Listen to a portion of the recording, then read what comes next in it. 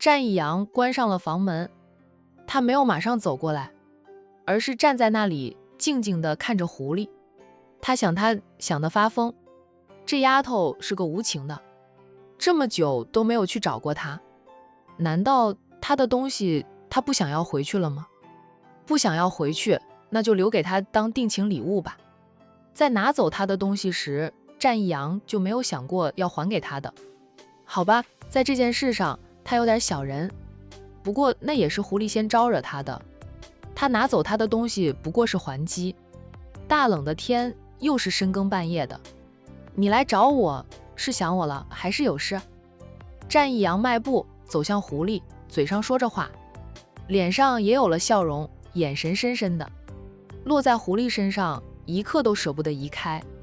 大冷的天，战四少不在家里陪着长辈过年，大老远的跑到海城来做什么？狐狸反问着他。战一阳近前，将车钥匙放在桌子上，对他说道：想你了。狐狸笑，你想我怎么跑到海城来？我家又不在海城。我是在海城遇到你的，还是数次相遇？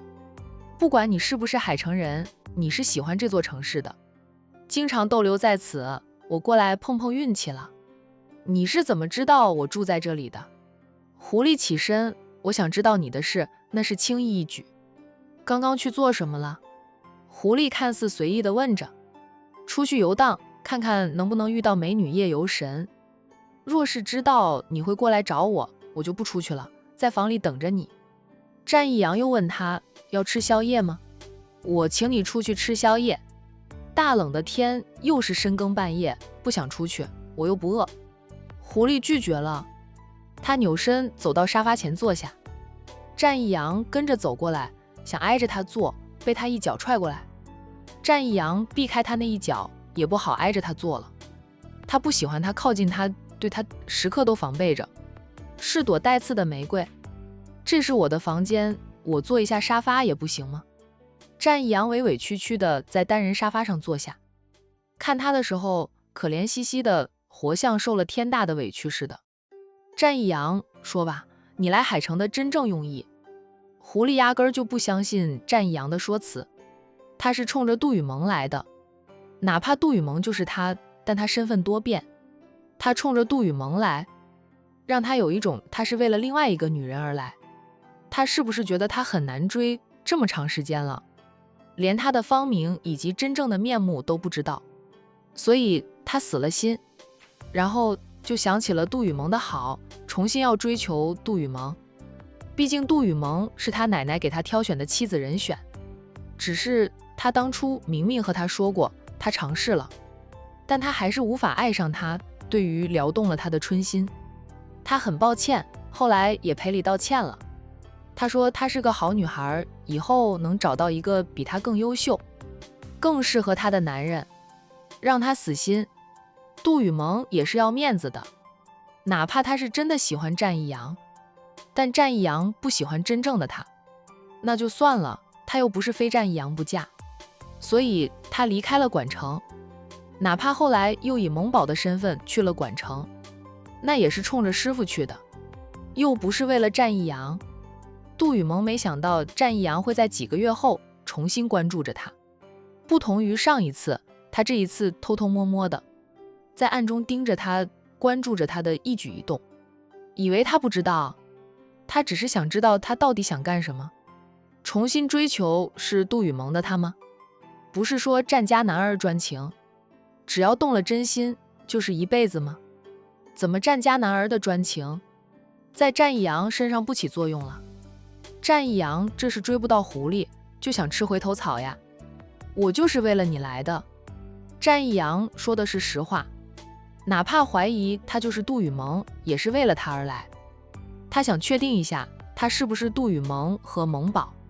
仔细端详着狐狸，跟杜雨萌不怎么像呀，与萌宝也没有相似之处。哦，有过，他和萌宝在一些小动作上还是挺像的，所以他怀疑过萌宝是他。后来请求二嫂帮忙邀请萌宝到悠悠山庄做客，他暗中试探，没有试探成功。再后来萌宝离开了管城，他不好去打听蒙宝的一切，生怕蒙宝不是他，让奶奶知道了，误会他喜欢蒙宝，极力撮合他们，让狐狸知道了，他就一点希望都没有了。过年了，我那些哥哥们都成双成对的，没有追妻成功的，距离奶奶给他们的时间还没到，他们回家过年也不会被奶奶说什么。我羡慕哥哥们抱得美人归，也不好面对奶奶。奶奶一片好心，我辜负了奶奶的好心安排，就想来找你。狐狸，咱们每次见面虽说处得不是很愉快，可你还是走进我的心房，我对你动了情，是真情。狐狸，你能告诉我你叫什么名字吗？家住在哪里？战一阳直接向狐狸表白。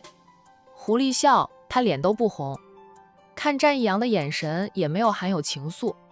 战一阳想起了杜雨萌看他的眼神，初始杜雨萌眼里的确没有情愫，相处几个月后再看他的眼里是夹着点情愫的。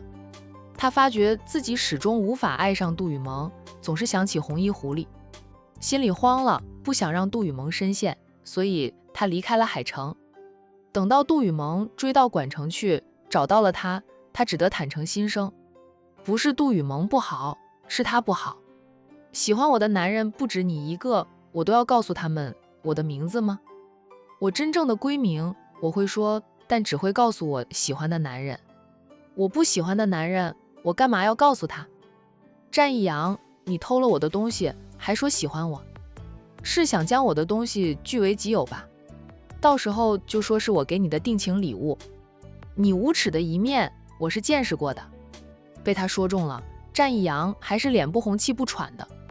他也笑，不愧是我战一阳心爱的女人，聪明，跟我一样聪明，咱们非常般配。厚颜无耻。数个月前，是谁亲口跟他说他不爱他？努力了几个月，始终无法爱上他。向他道歉，劝他放下对他的那点心动。他第一次对一个男人动心，却是这个结果，严重的伤了他杜二小姐的自尊心。以为他不要面子的吗？狐狸，我是拿走了你的东西，不过那是还击。你想想，我是为什么会拿你的东西？要不是你先出手，我也不会那样做。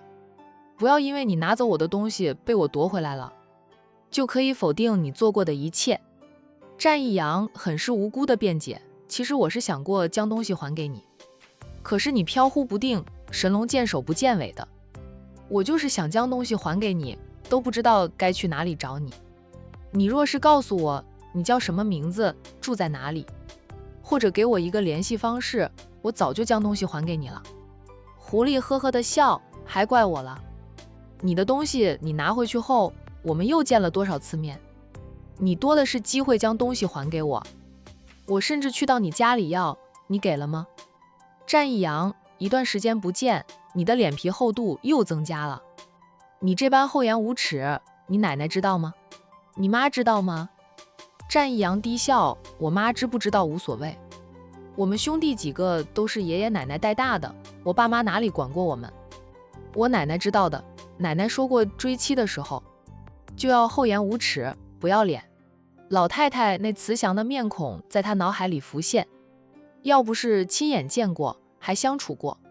狐狸是不相信那般慈眉善目的老太太，狡猾异常的调教出来的孙子，一个比一个难缠，却又优秀的很。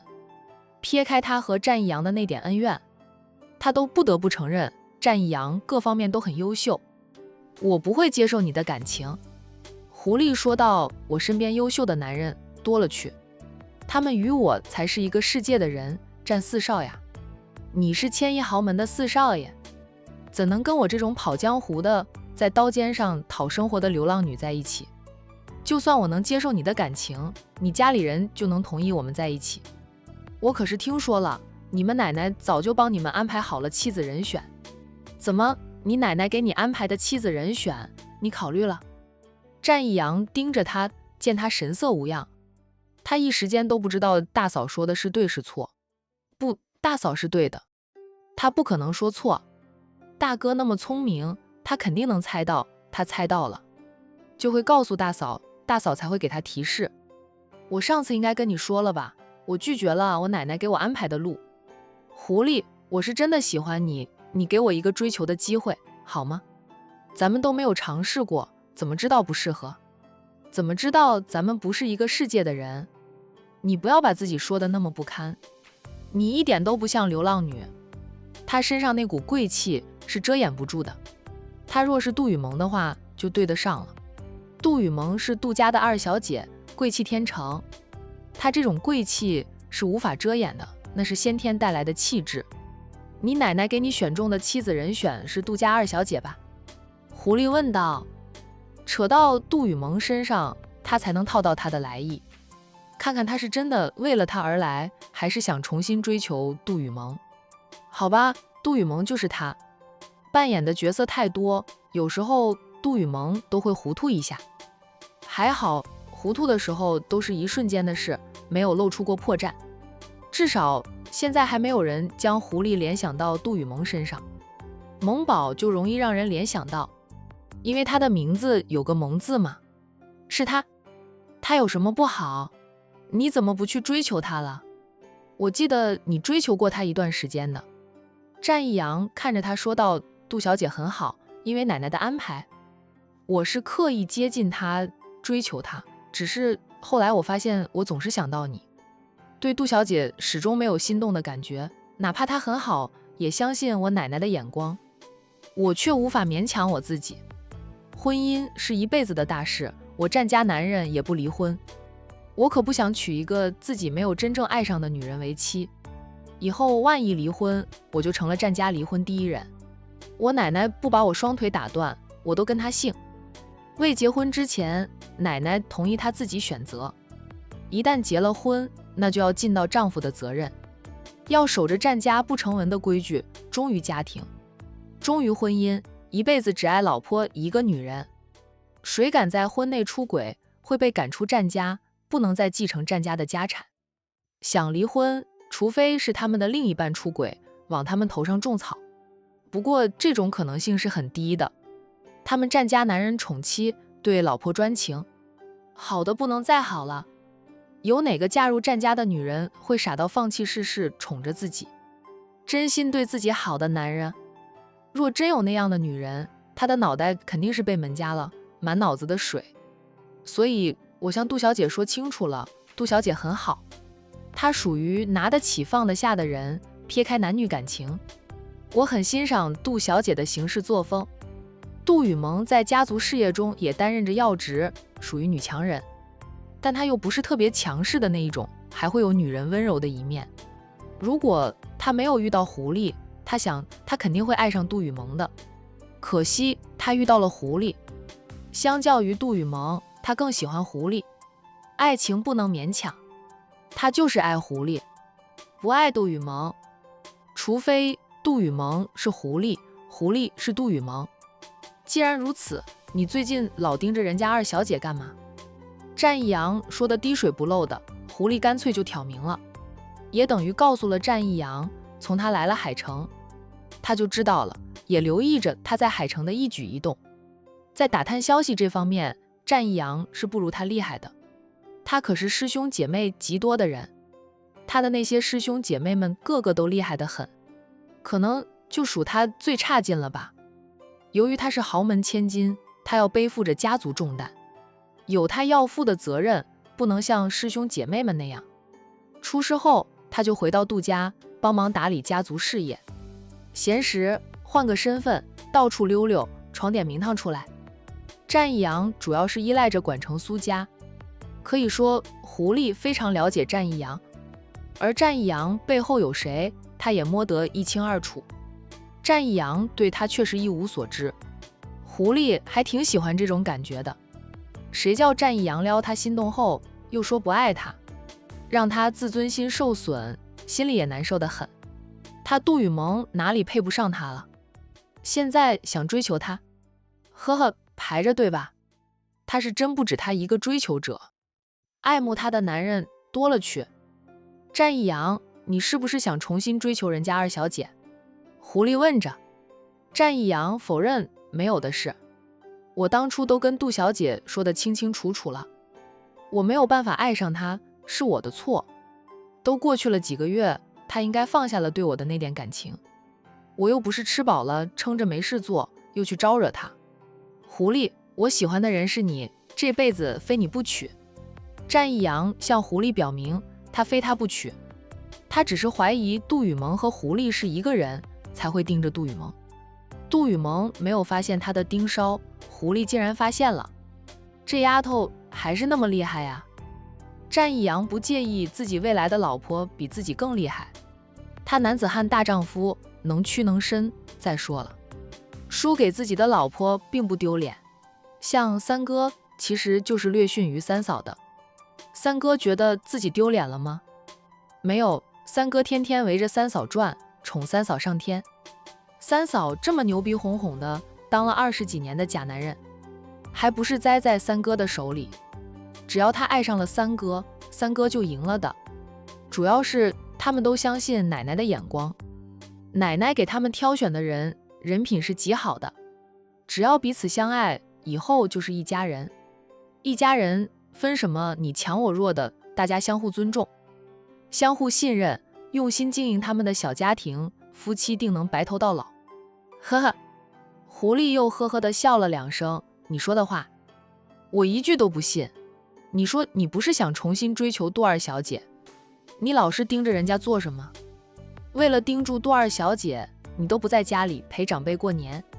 要说你没有企图，鬼都不信。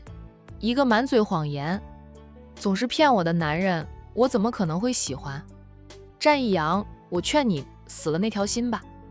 狐狸说着起身就走，走了2步又停下来，扭头对战一阳说道：有事光明正大去找人家杜小姐，说个清楚明白的，我还高看你2眼，像个小偷似的偷偷摸摸，不要说我瞧不起你，就是你家里长辈知道了都嫌你丢脸。战老夫人那么优秀，培养出来的儿孙都优秀，你就别拉低了你们战家的分，别丢了你们战家的脸。战一阳俊脸微红，他在海城的一举一动他都知道了吗？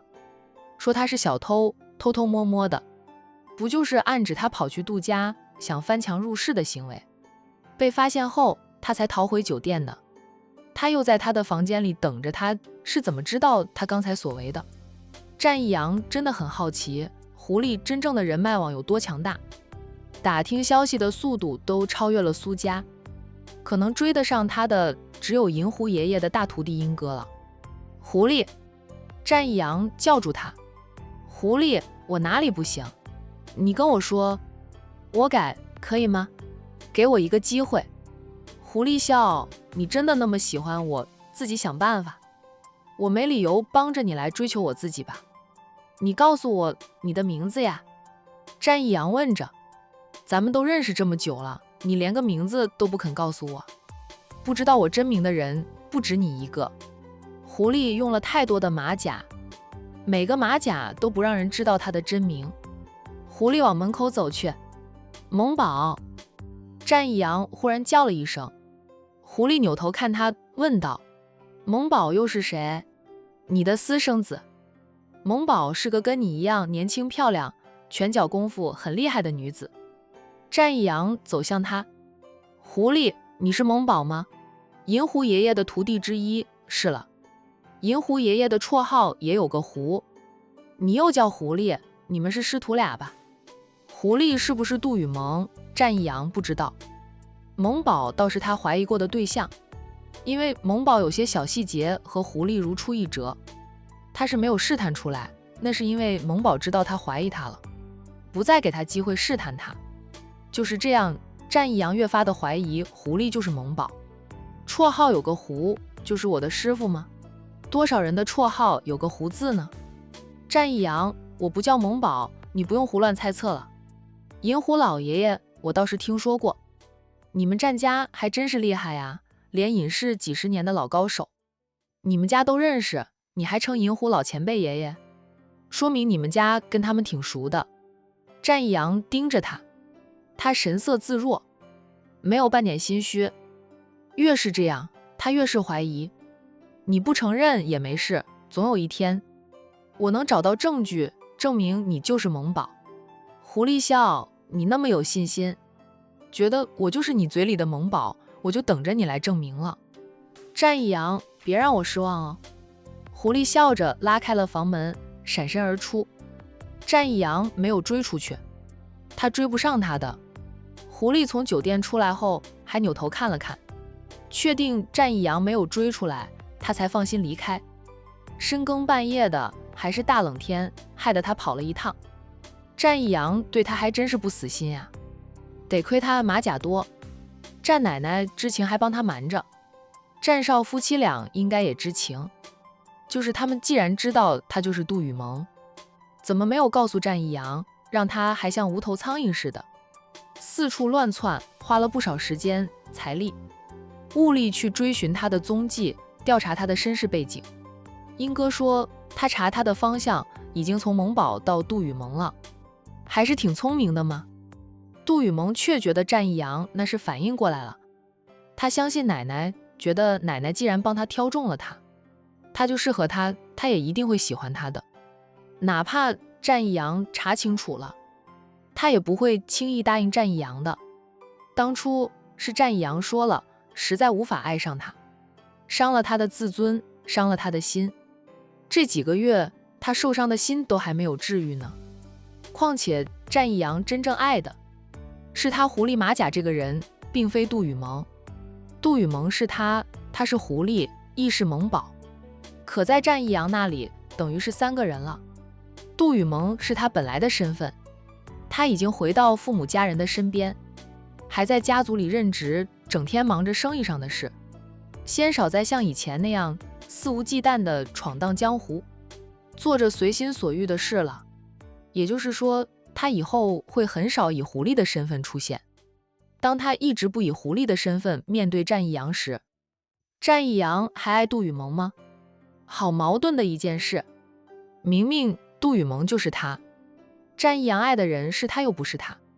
回到杜家的时候已经凌晨2点，狐狸早在车上就换过了衣服，他常用的车子随时都备有好几套衣服，好几张人皮面具以及各种化妆品。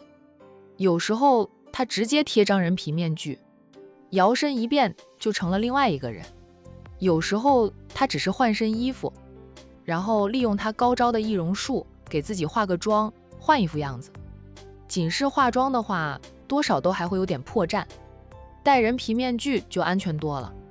上楼的时候，杜雨萌轻手轻脚的，怕吵醒了家里人。虽说放年假了，不过要准备过年的事，母亲还是很累的。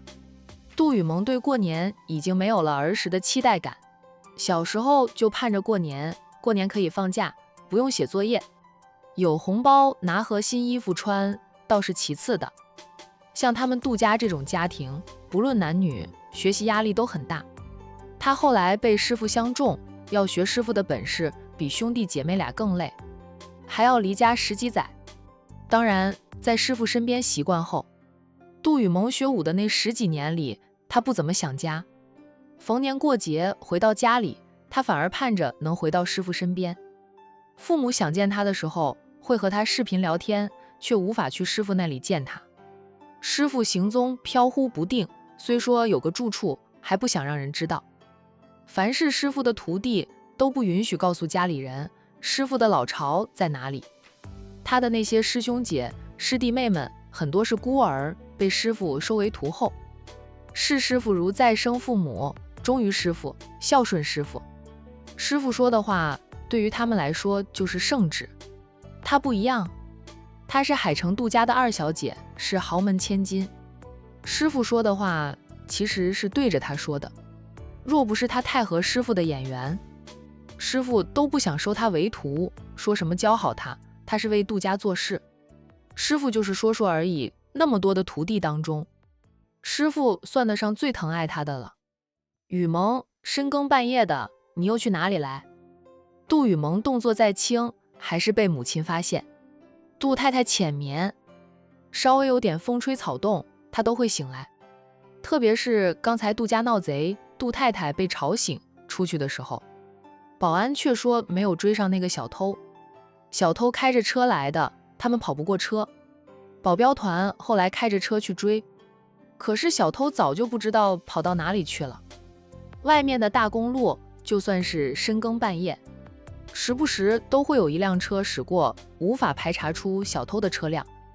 保镖团只得悻悻而回，调看了监控，却没看到小偷，还发现能看到小偷翻墙那个位置的监控被破坏了。值班的保安失职呀，监控坏了一个都不知道。杜太太考虑到其他保安都回家过年了，人手不够，暂时没有追究今晚值班保安的失职。等到年后，其他人都来上班了，他会换掉今晚值班的所有保安。监控坏掉一个都不知道，可见他们上班的时候分心了，责任心也不够。还好家里养了几条狼狗，吓走了那个小偷，否则家里进个贼。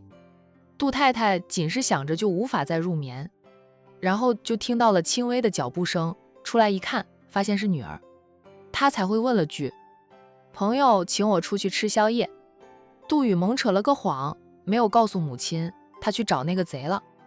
他知道战义阳想翻墙而入，但他并没有告诉母亲，不想让母亲对战义阳的印象变坏。战义阳刻意接近他的那段时间，母亲也见过战义阳的，知道战义阳是管城战家的四少爷，对战义阳非常满意。就是母亲对战义阳很满意，在他面前说了很多战家的好话。杜雨萌就想着，既然家里人都认为战义阳很不错，战家是个非常好的婆家，他就考虑战义阳了。结果他动了心，他却说他试了2-3个月，始终无法爱上他。你平时不是爱吃宵夜吗？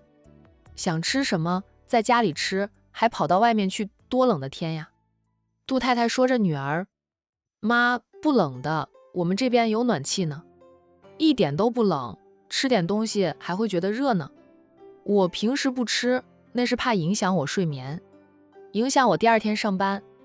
现在放假在家，明天又不用上班，吃点宵夜，与朋友们聚一聚，挺好的。杜太太便没有再在这个话题说下去。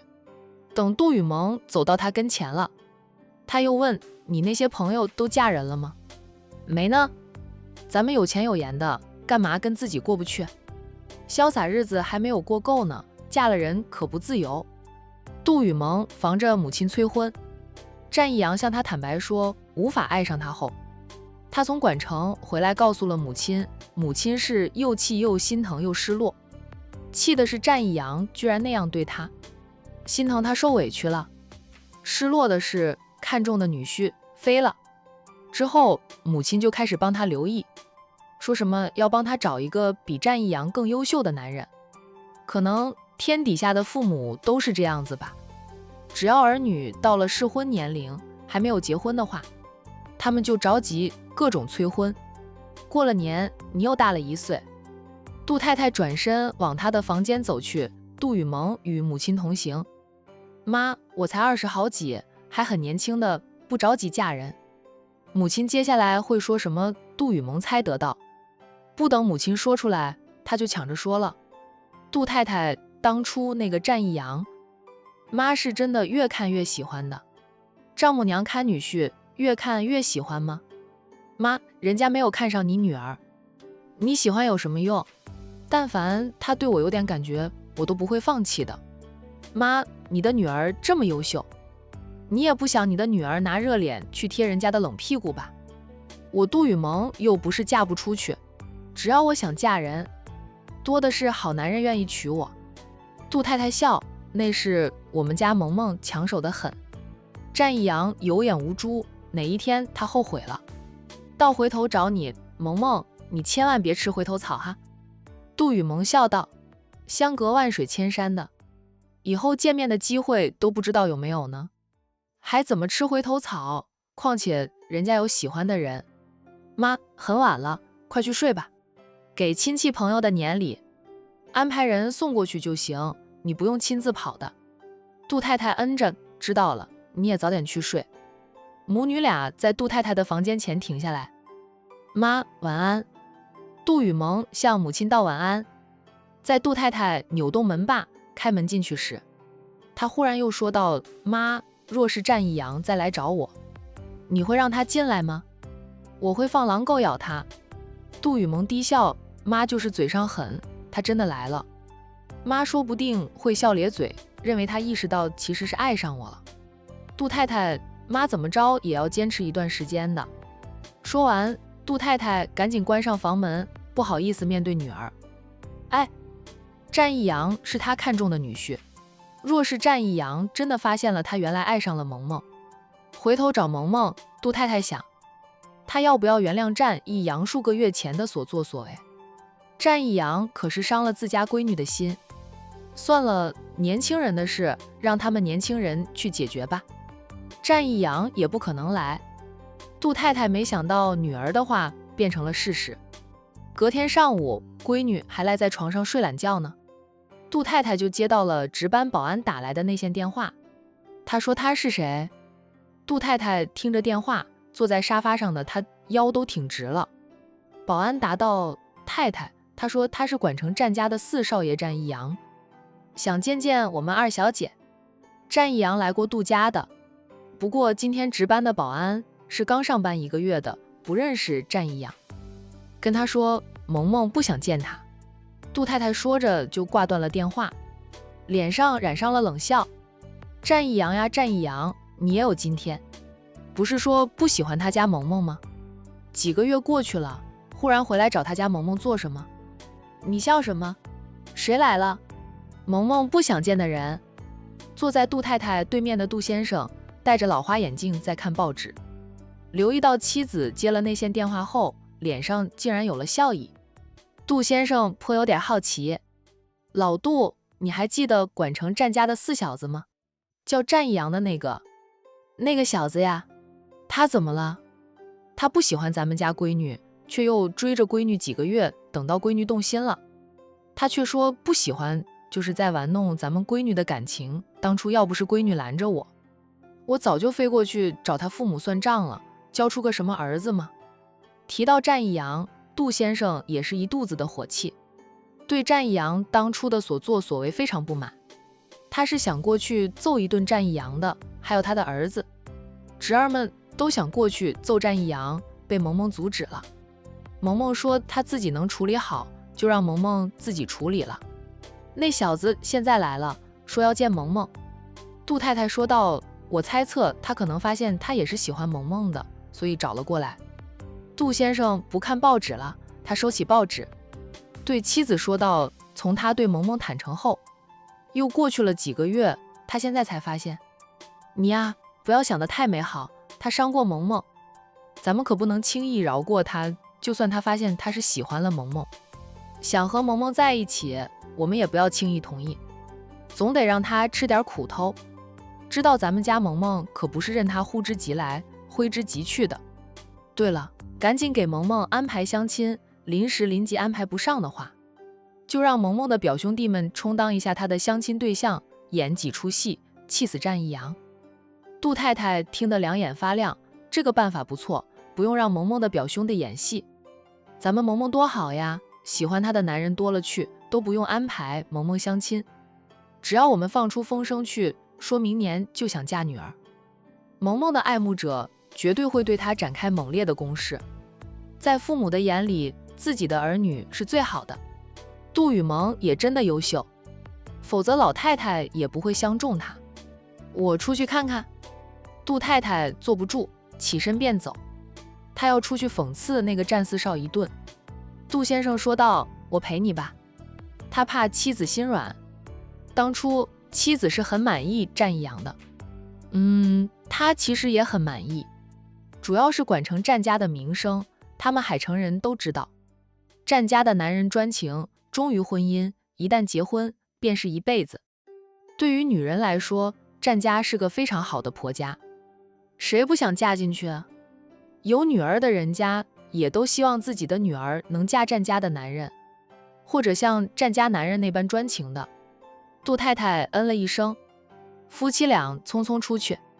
战义阳的车子停在杜家大宅门口，他换了一辆车，怕保安会认出他的车子，哪怕他昨晚过来的时候遮挡住车牌号码以及车标，摆脱了杜家的保安后，他才扯下遮挡住车牌号码的布块。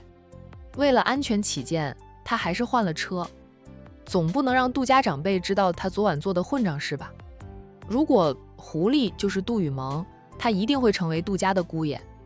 总不能让未来的丈母娘知道，他曾经跑来杜家当了一回贼吧？他车上塞满了他买来的礼品，登门拜访总要带点礼物来的。谁叫他得罪了杜家呢？杜家没有找他麻烦，算是很大度的了。想来也是杜雨萌不让家人找他的麻烦吧。杜雨萌是个拿得起放得下的人，这一点战义阳还是挺欣赏杜雨萌的。不知道杜雨萌愿不愿意见他。想起半年前自己主动接近杜雨萌，想与杜雨萌培养感情，追求他的事，战义阳一张俊脸染上了红色，那是羞愧所致。他是对不起杜雨萌，没有爱上杜雨萌，却实实在在地撩动了杜雨萌的春心。就算杜雨萌不愿意见他，他也不会怪他。换成他是杜雨萌，他还想放狗咬他呢。等了一会儿，战义阳看到有2个人走出来，那是杜太太夫妻俩。他见过杜家的长辈，杜家的长辈对他都很好，特别是杜太太，真把他当成女婿看待的了。想起杜家人对他的好，战义阳的愧疚更深。不等杜先生夫妻俩出来，战义阳就先一步下车。他站在大宅门口，神色恭敬地看着差点成为他岳父岳母的2人。杜叔、阿姨。战义阳在夫妻俩出来时礼貌地问好。杜先生绷着脸，冷冷地哼了一声。杜太太则是问着身边的丈夫：老公，你快确定一下今天吹什么风，居然吹来了战家4少爷。这话讽刺意味极强。战义阳保持着微笑：阿姨，今天吹的北风，寒风刺骨，冷死人。